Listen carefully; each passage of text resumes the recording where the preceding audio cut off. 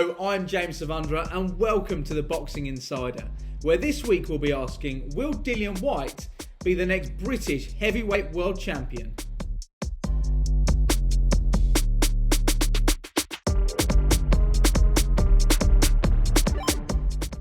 At the start of this month, the WBC ruled that the winner of Wilder vs Fury would have to take on the interim champion next. Now that's if they couldn't arrange an undisputed fight against Alexander Usyk. The current WBC interim champion is Dillian Whyte, and he was due to take on Otto Wallin on the 30th of October. However, things haven't gone according to plan for the Brit. The Sun's Wally Downs Jr. has all the info. You broke the story that Otto Wallin against Dillian Whyte won't be happening on October the 30th. What do we know about Dillian's injury? From what I understand, the camp had been great. He'd adapted to fighting a southpaw really well.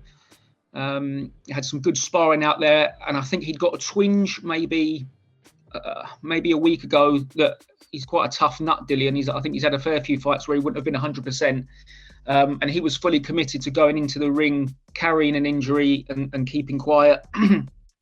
But I think as the fight got closer and he tried to spar again, it just became impossible. Initially, I was told that it would be more or less postponed or slightly delayed. And with the pandemic, we've seen dozens of big fights delayed, sometimes numerous times. So I was sort of speaking to different people and hearing that it might be delayed. But then I was quite surprised that DAZN and Matchroom put out a statement, yesterday evening, I think, saying it's just straight up cancelled now, which has come as a bit of a shock. But whether that is the severity of the injury or just perhaps the lie of the land of how things are going to pan out for Dillian and Wallin now. I think I was trained, I was ready, I was prepared, obviously spent a fortune in training camp, I see Wallin's complaining he spent 20,000 or something. I was like, well, try spending 6 times the amount of that in my training camp.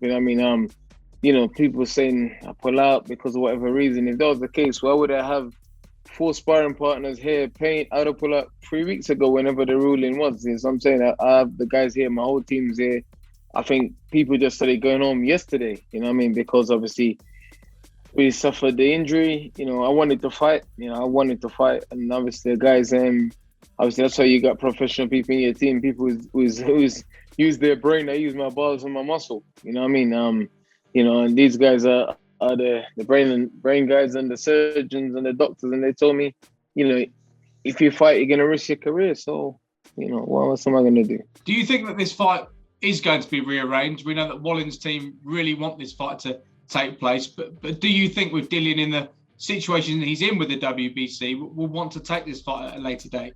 It is horrible for Otto Wallin, and I appreciate Dimitri Salita, his promoter, being upset. The WBC might dig their heels in perhaps, or take Dimitri Salita's side and say, we made the announcement that it would be the winner, and you won't be going on to get that fight until a winner of you and Wallin is decided. So, is Dillian Whyte good enough to be a world champion?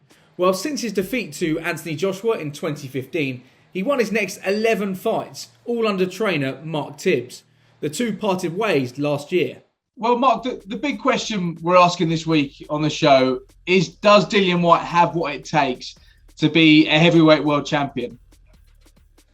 100%. He's got us every chance as anyone else. He's worked hard. He's gained very good skills and brilliant mindset he had anyway, and work ethic. And he's worked his way up to that spot. So why not? I really believe that Tyson Fury is going to take some beating, and he would have to have a bad night. But no, nevertheless, Dillian Whyte's he's every right to fight for that title, 100%. You worked with Dillian for 4 years, 11 consecutive victories. When you were working with him, did you get the feeling he's got that real hunger to want to be a world champion? Is that what's been pushing him the whole time? Yeah, for sure. That was my first day at West Ham Boxing Club when we first got together. That was my first, he was hungry, and that hunger and drive for them 11 fights was always the same. I saw him mature in them 11 fights, or 5 years I think we was together. 4 or 5 years. I saw him mature mentally, and he got a bit patient. And the red mist, he got control of that red mist situation, which got him into trouble here and there through growing up, like all young pros, go through. So he had all the attributes and all the artillery to get to world number one, and that's why, I put a lot of time into him myself, and we worked well together at the time. Yeah, it's good. Yeah, no, he's every right to be where he's at right now, and I hope he gets the fight with Tyson Fury. Whilst Tyson Fury holds the WBC crown, it's the Ukrainian Alexander Usyk who possesses the WBA, the WBO and the IBF titles after he beat Anthony Joshua in September. The two are set for a rematch in spring, but can either Fury or Usyk be dethroned? British heavyweight Dave Allen doesn't think so. Alexander Usyk and Tyson Fury, for me, having sparred them both, as well as fighting Dillian, Luis Ortiz, sparring Anthony Joshua, Vladimir Klitschko, Tyson Fury and Alexander Usyk, right? They're not normal people. These are out of world people. I've been in with world class talent, right? And I know when I'm in there world class talent. When I was in with Alexander Usyk and Tyson Fury, it's another level, over levels, the levels and levels above everyone else. They're just freak athletes, with unbelievable boxing ability. The huge men that can move like welterweights, it's unheard of. But Dillian Whyte, I think Alexander Usyk and Tyson Fury, these two, they're on another level to everybody. We know that Dillian Whyte is the WBC interim champion and that Anthony Joshua has a chance to win back his belts at the start of next year. But they're not the only British heavyweights who are well placed for a shot at a world title.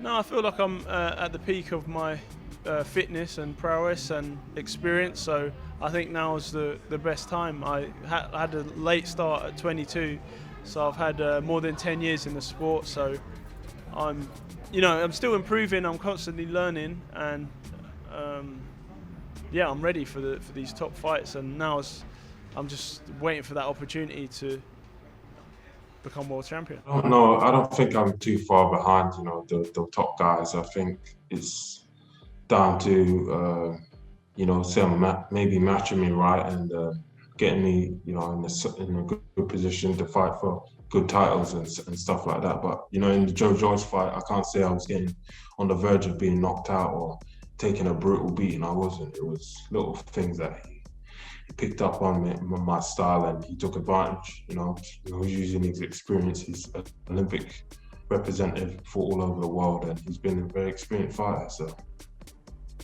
I'm not too far behind the big boys. Here's the pair's promoter, Frank Warren. And just in terms of the heavyweight division, you obviously work very closely with Joyce, who's in that WBO mandatory position. How do you see the next 12 months playing out for him? Well, Joe's the number one, and they will call for their mandatory. So when that mandatory is called, Joe will be there. In the WBA, the number one is Daniel Dubois. So when they call for that mandatory will be there. So the Brits are really there. I mean, it's funny, you talk about historic fights that you've seen, and people asking the questions, what do you think of that? Where does it stand in time? And I've said what I feel about the fight. But I grew up in the era when British heavyweights, they went and challenged for world titles, and they got beaten. When I was much younger, they got beaten. It was dominated by the Yanks. They owned it. But now it's this side of the pond. And the reason I say that is that, you talk about Daniel, you talk about Joe, they're quality heavyweights. I mean, real good, real big quality heavyweights. So we've got another generation, another wave of heavyweights coming through. So could either Joe Joyce or Daniel Dubois get themselves a world title fight in 2022? Daniel's in a great position. I worry about Joe's position now. I think he's 34, 35.